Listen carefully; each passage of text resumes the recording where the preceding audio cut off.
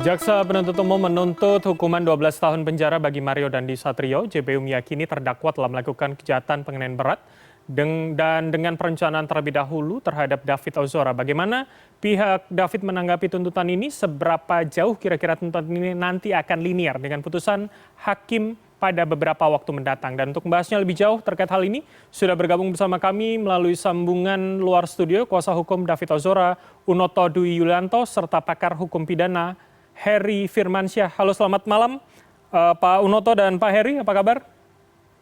Selamat malam. Alhamdulillah baik. Baik, yang juga telah bergabung sama kami, kuasa hukum dari Shane Lucas, Pak Happy Sihombing. Pak Happy, selamat sore. Baik, sepertinya masih di mute. Pak Happy, bisa dibuka terlebih dahulu audionya. Oke, selamat petang semuanya. Baik. Saya baru selesai ini sidang, terima kasih. Baik. Saya akan ke Pak Unoto terlebih dahulu. Bagaimana kemudian tanggapan dari pihak keluarga David Ozora, Pak, dengan dua tuntutan kepada Mario dan juga Shane Lucas di hari ini? Ya, pertama sehari sebelumnya itu orang tua dari korban Pak Jonathan Letumahina mengirimkan surat terbuka kepada Jaksa Agung. Dan alhamdulillah hari ini direspon dengan baik dalam bentuk tuntutan yang menurut kami sesuai dengan ekspektasi dari pihak keluarga. Artinya khusus terkait dengan terdakwa Mario kan sudah dituntut dengan hukuman maksimal, sekaligus juga terkait dengan adanya restitusi 120 miliar yang jika tidak dibayarkan maka ada ancaman pidana penjara selama 7 tahun. Begitu juga dengan Shane. Nah, saya lihat jaksa penuntut umum ini mempertimbangkan juga terkait dengan peran dari terdakwa Shane dan juga dia merupakan tulang punggung keluarga di hal-hal yang meringankan, sedangkan di Mario kan tidak ada hal-hal yang meringankan begitu. Dan kita sejauh ini masih mengapresiasi karena jaksa penuntut umum sudah berpihak kepada korban karena berani mengeluarkan terobosan hukum terkait dengan restitusi dan sanksi pidana tambahan berupa pidana penjara. Baik. Pak Unoto, artinya ini sesuai dengan ekspektasi keluarga maupun kuasa hukum begitu ya. Dan informasi yang kami terima, salah satu hal yang kemudian diminta yang di dalam surat yang diajukan kepada Kejaksaan Agung adalah soal pembatasan hak-hak terhadap terdakwa. Itu artinya belum kemudian terrealisasi dalam tuntutan JPU kali ini atau memang diharapkan nanti pada saat putusan? Iya, tadinya kita berpikir bahwa karena Mario Dandi CS ini tidak mau membayar restitusi, maka salah satu jalan keluarnya supaya kenapa mereka tidak mau membayar, mungkin karena ekspektasinya, oh tuntutan ancaman sekian maksimal dihitung dengan dapat remisi, dapat PB dan lain sebagainya, pihak keluarga memandang bahwa salah satunya mungkin keengganan mereka membayar adalah karena sudah menakar bahwa akan ada remisi dan lain sebagainya. Maka salah satunya adalah terkait dengan ada tambahan pidana berupa pidana tambahan, yaitu pencabutan hak-hak tertentu. Itu jalan keluar yang mungkin lebih mudah, tapi jaksa ternyata memilih dengan pidana penjara.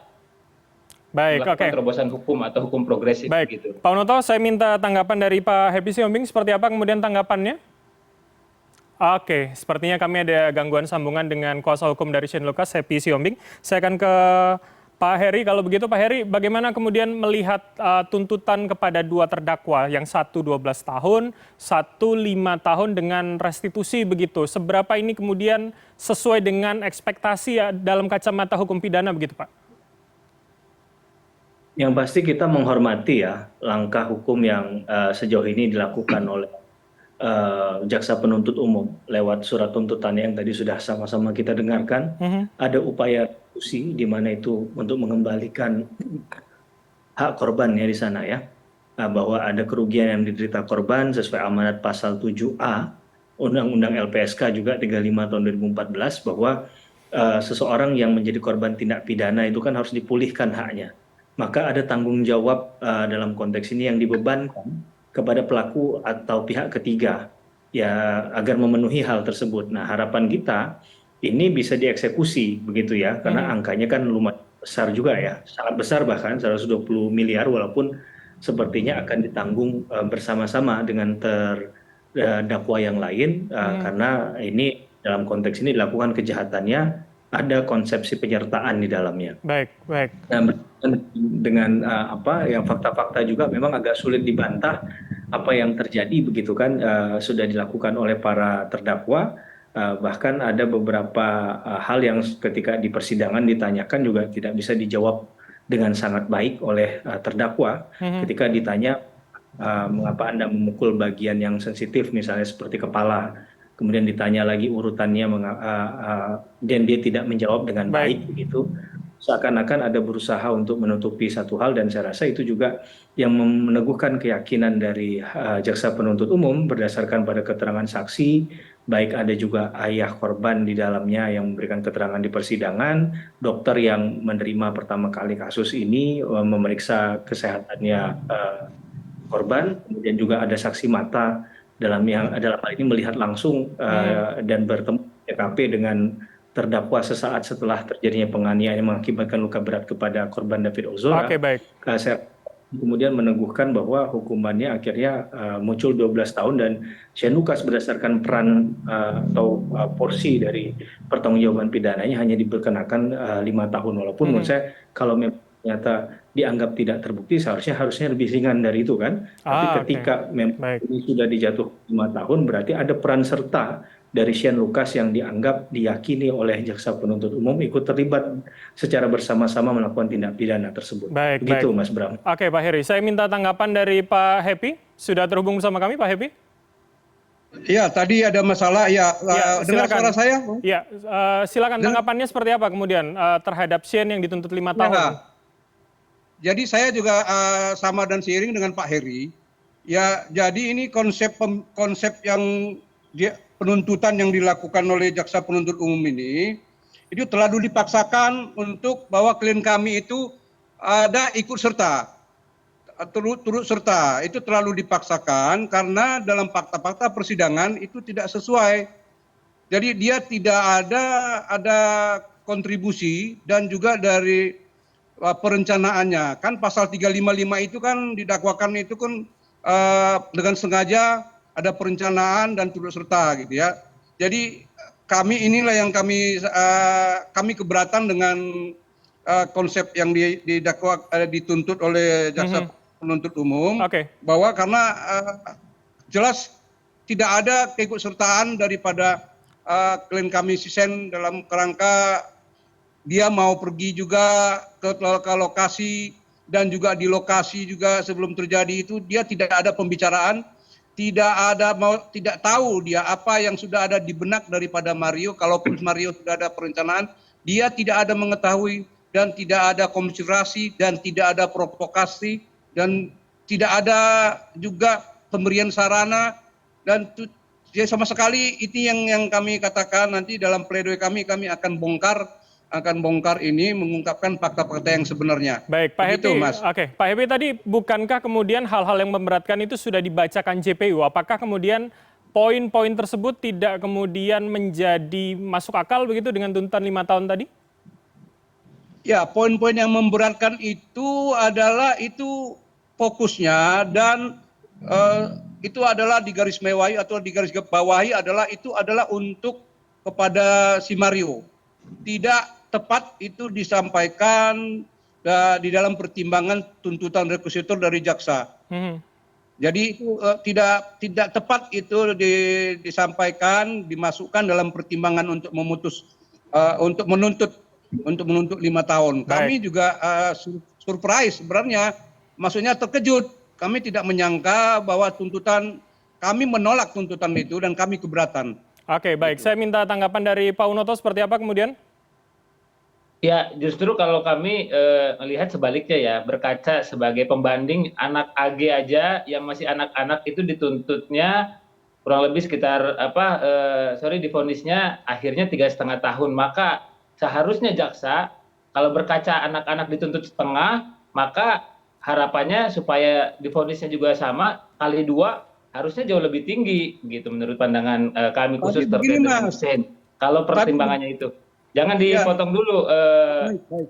Bang. Silakan. Ya, ini kan prediksi kita mempertimbangkan dengan perbandingan peran AG sama-sama terlibat, sama-sama ada di lokasi, mendukung, memotivasi dan sebagainya, sehingga Mario yang sebagai pelaku melakukan tindak pidana penganiayaan berat dengan terencana. Nah, berkaca pada perkara AG dengan vonis 3,5 tahun yang posisi sebagai anak, maka logika kita ketika itu dilakukan oleh orang dewasa, hukumannya kan kali 2 begitu, sederhananya begitu. Baik, Pak Unoto Jadi saya memprediksi hukuman dari hakim malah bahkan lebih tinggi, bisa jadi begitu. Oke, baik. Pak Unoto, Pak Happy, ditunggu sebentar, saya akan minta tanggapan Anda, tapi kita akan mendengarkan kumandang azan maghrib untuk wilayah DKI Jakarta. Kami akan kembali dan kita akan melanjutkan setelah jeda berikut ini. Tetaplah bersama kami.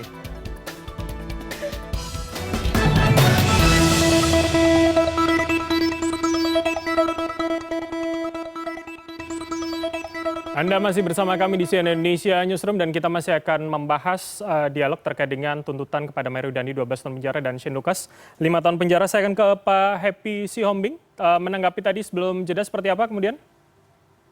Ya, jadi kan ini pidana itu kan didakwa mereka ini kan klien saya ini katakanlah itu pasal penyertaan ya. Pasal pernyataan itu juga kaitan dengan perannya masing-masing apa. Jadi kalau dibandingkan dengan AG yang tadi dari Mas Unoto mengatakan, itu peran dari Januari itu perannya AG itu mereka dia sudah berkomunikasi dengan Mario. Sedangkan si Shane tidak.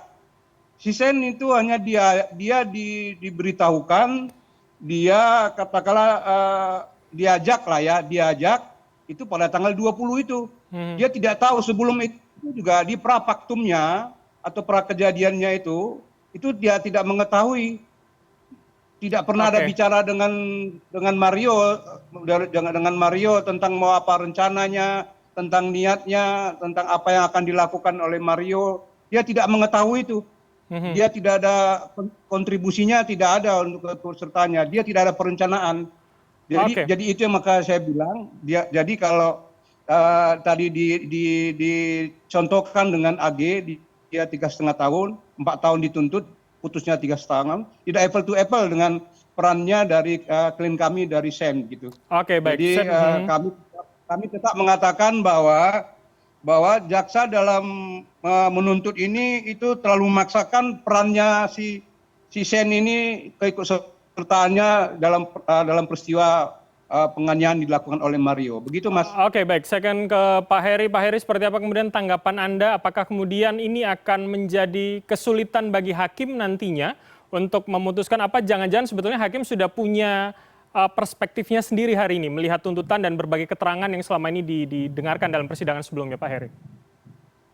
Iya, betul sekali Mas Bram, bahwa saya rasa hakim juga tidak akan melihat dari satu pihak ya. Dan hakim pasti mencermati setiap detail dari perkara ini, bahkan mencoba menggali dari berbagai sudut pandang hakim juga. Sehingga saya yakin dan percaya berdasarkan alat bukti yang sudah disajikan oleh masing-masing pihak, diawali oleh jaksa penuntut umum, saya yakin dan percaya hakim juga sebenarnya sudah memiliki keyakinan sendiri bahwa fakta terjadinya tindak pidana ini tidak bisa dibantah. Ya, karena memang sudah ada korbannya, ada CCTV, ada saksi, yang dimana kalau kita bicara alat bukti dalam perkara pidana, saksi itu kan memegang peranan kuncinya, Mas Bram. Nah, ini menurut saya sudah menjadikan dalil bahwa tindak pidana ini sudah terjadi, tinggal melihat sejauh mana pertanggungjawaban pidana bagi masing-masing pelaku begitu ya, karena secara bersama-sama tadi. Nah, kita mungkin tidak elok juga nanti melewati kapasitas hakim dalam hal memeriksa, mengadili, dan memutus perkara ini. Tapi sekali lagi, saya yakin dan percaya, karena ini juga kasus yang menarik atensi publik, hakim juga akan secara berhati-hati menilai semua hal yang ada, termasuk sikap juga ya di dalam ruang persidangan selama ini yang juga jadi concern hakim, termasuk restitusi kalau nanti ternyata itu kemudian dilihat kemarin kan sudah ada jawaban tuh, kemungkinan besar tidak akan dibayar begitu kan. Nah kalau ada pernyataan semacam itu apalagi dibunyikan misalnya di pledoi, ya saya rasa itu jadi alamat yang makin meyakinkan hakim bahwa tidak ada itikat baik juga dalam perkara ini. Kalau saya lebih mendorong bukan Oke, hanya pertanggungjawaban bagi masing-masing pihak, Mas Bram, tapi restitusi tadi itu bagaimana mengeksekusinya, karena banyak hal yang membuktikan bahwa restitusi yang diajukan itu tidak bisa mendapatkan manfaat yang penuh sepenuhnya oleh korban yang sejatinya harusnya haknya dipenuhi tadi. Karena baik. kan ada biaya katakanlah penderitaan dari korban, kemudian juga biaya ke rumah sakit untuk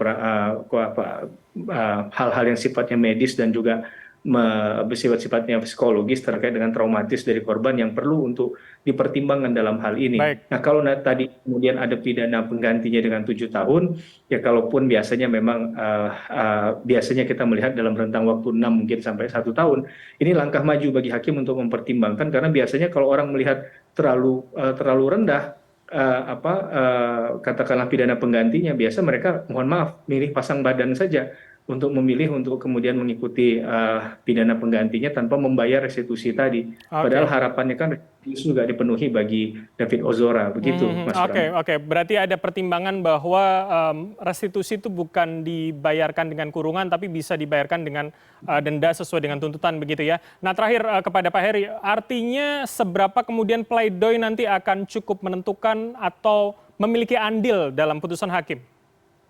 Ya, kebetulan saya juga seorang lawyer ya. Bagi saya pledoi ini juga menjadi kunci akhir ya untuk kemudian memberikan ruang pernyataan pembelaan bagi kepentingan hukum pelaku yang diwakili oleh penasihat hukum, dan itu ruang yang diberikan hukum acara pidana, karena biasanya kan memang pembuktian itu diawali oleh jaksa kemudian baru selanjutnya oleh penasihat hukum. Nah tentu dalil dalam pledoi saya nggak usah ngajarin kuasa hukum lah, ini saya rasa sudah senior, pasti juga sudah memahami kalau tuntutan berdasarkan dari fakta, maka tentunya pledoi ini juga akan coba menjawab katakanlah pembelaan dalam hal ini yang berkaitan dengan apa yang disampaikan dalam surat tuntutan, dan yang mungkin juga akan diperkuat, dipertegas di dalam hal itu untuk melihat bahwa ada hal yang mungkin dari segi pembelaan dianggap penting sehingga bisa mengatakan bahwa orang ini mungkin bersalah, tapi mungkin kesalahannya tidak sebesar yang didakwakan. Tapi sekali lagi, masing-masing punya keyakinan, jaksa penuntut umum juga